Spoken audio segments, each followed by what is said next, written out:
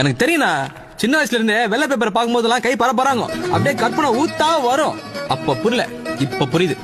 இப்ப காட்டுறேன் நான் யாருன்னு. இனிமே யாரால என்ன கண்ட்ரோல் பண்ணவே முடியாது. இனி ஓய மாட்டான் அந்த ஓவியம் சீனும். தமிழ்நாட்டுல ஒரு பிரளயமே நடக்க போகுது.